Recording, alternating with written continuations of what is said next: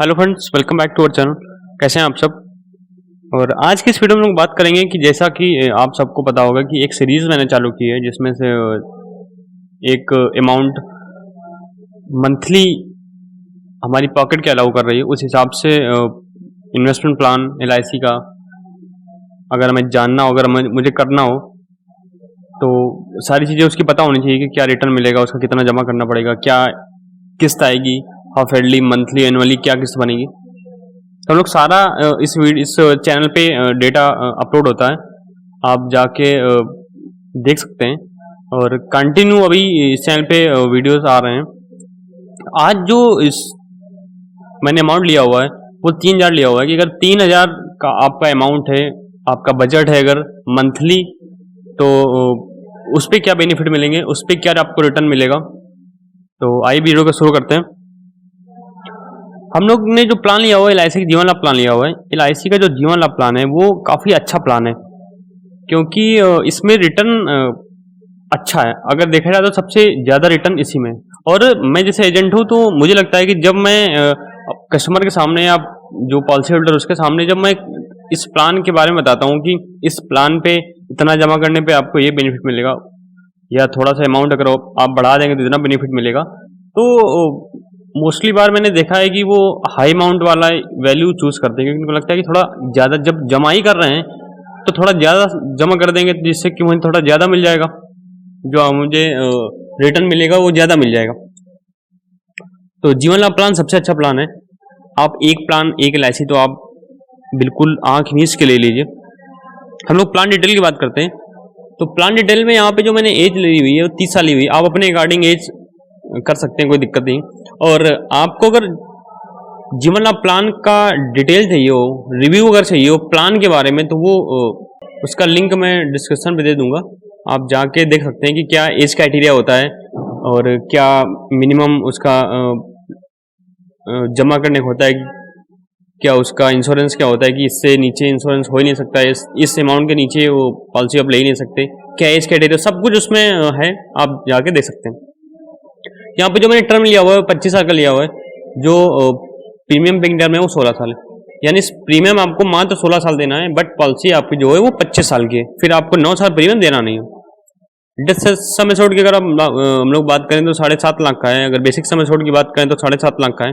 यहाँ पे क्या होता है कि जब पॉलिसी होल्डर की डेथ, बेसिक सम एश्योर्ड का मतलब होता है कि पॉलिसी होल्डर की बीमारी से अगर डेथ होती है या किसी अन्य कारण से होती है, एक्सीडेंट को छोड़ के, फिर उसको बेसिक सम एश्योर्ड यानी 7.5 लाख का बीमा मिलेगा, क्लेम मिलेगा। अगर वो उसका एक्सीडेंट होता है फिर आप उस कंडीशन में उसको डबल मिलता है, उसको डेथ सम एश्योर्ड मिलता है, उसको बेसिक सम एश्योर्ड मिलता है। तो उस कंडीशन में उसको 15 लाख का बीमा हो गया। तो अगर हम लोग बात करें तो एक्सीडेंट यानी रोड का बीमा 15 लाख का और घर का बीमा 7.5 लाख का। और लोग अगर प्रीमियम की बात करें तो 1 साल तक प्रीमियम, जैसे आप सबको पता है, अगर आपने एक भी वीडियो मेरी देखी होगी कि LIC 4.5% GST लेता है अपने फर्स्ट ईयर सारे प्लान्स पे। तो उस हिसाब से जो इसकी ईयरली किस्त बनेगी वो बनेगी 35,832 रुपये। इसमें से 34,289 रुपये आपका प्रीमियम बनेगा और 1,543 रुपये आपका GST बनेगा। हाफ ईयरली यही किस्त आपकी 18,098 रुपये हो जाएगी। क्वार्टरली आपको 9,141 रुपये पे करना पड़ेगा। मंथली आपकी देखो आगे 3,047 रुपये, 3,000 था यानी 3,047 रुपये, 10-50 रुपये ऊपर नीचे होता है, कोई दिक्कत नहीं। मंथली आपको 3,047 रुपये, इसमें से 2,916 रुपये आपका प्रीमियम है और 131 रुपये आपका GST है। और ईयरली मोड पे बात करें पर डे तो आपको लगभग 98 रुपये इस प्लान के तहत आपको सेव करना पड़ेगा, आपको अगर आप ये प्लान लेना चाहते हैं। अब अगर हम लोग आफ्टर फर्स्ट ईयर प्रीमियम की बात करें तो आफ्टर फर्स्ट ईयर प्रीमियम में जो टैक्स लगता है वो 2.25% यानी आधा हो जाता है। तो आपकी जो किस्त है वो 1 साल बाद कम हो जाती है। तो अब यहाँ आपको 35,061 रुपये पे करना पड़ेगा, जिसमें 34,289 रुपये आपका प्रीमियम है। प्रीमियम आपका सेम है, GST वहाँ पे 15 कुछ था, यहाँ पे आधा हो गया यानी 772 रुपये हो गया। हाफ ईयरली 17,707 रुपये, 709 रुपये आपको पे करना पड़ेगा। और क्वार्टरली आपको देना पड़ेगा 8,944 रुपये।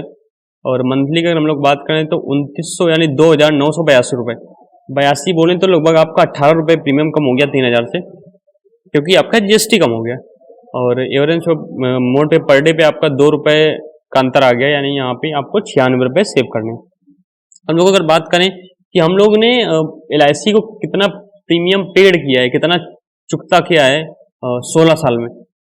तो 16 साल में हम लोगों ने इस प्लान के तहत LIC को जो देंगे वो देंगे 5,61,747 रुपये लगभग, इस प्लान के तहत 16 साल में देंगे। हम लोग अगर रिटर्न की बात करें, सम एश्योर्ड जो है वो है 7.5 लाख का, और बोनस जो यहाँ पे मिलेगा वो मिलेगा 8,81,250 रुपये का, और FAB जो मिलेगा वो मिलेगा 3,37,500 रुपये का। और जब हम लोग टोटल रिटर्न की बात करते हैं तो टोटल रिटर्न का मतलब ये होता है कि फिर यहाँ पे सारी चीज़ें जुड़ जाती हैं, वहाँ पे सम एश्योर्ड भी आपको जुड़ के, बोनस जुड़ के और FAB जुड़ के, तो टोटल वैल्यू होगी वो आपकी हो जाएगी 19,68,750 रुपये। इतना रिटर्न आपको मिलेगा 25 साल में। तो काफ़ी अच्छा प्लान है मुझे लगता है। और आपको अभी भी कुछ कन्फ्यूज़न है, आपकी पॉकेट कुछ और अलाउ करती है, आप नीचे कमेंट कर सकते हैं। या कोई और कन्फ्यूज़न आपको अगर है कि मेरी पॉलिसी 2 साल जमा है, 4 साल जमा है, बंद हो गई, या कुछ कोई भी एनी XYZ कोई भी कन्फ्यूज़न आपको, आप नीचे कमेंट कर सकते हैं, उस पर मैं आपको वीडियो दे दूँगा। Thank you so much.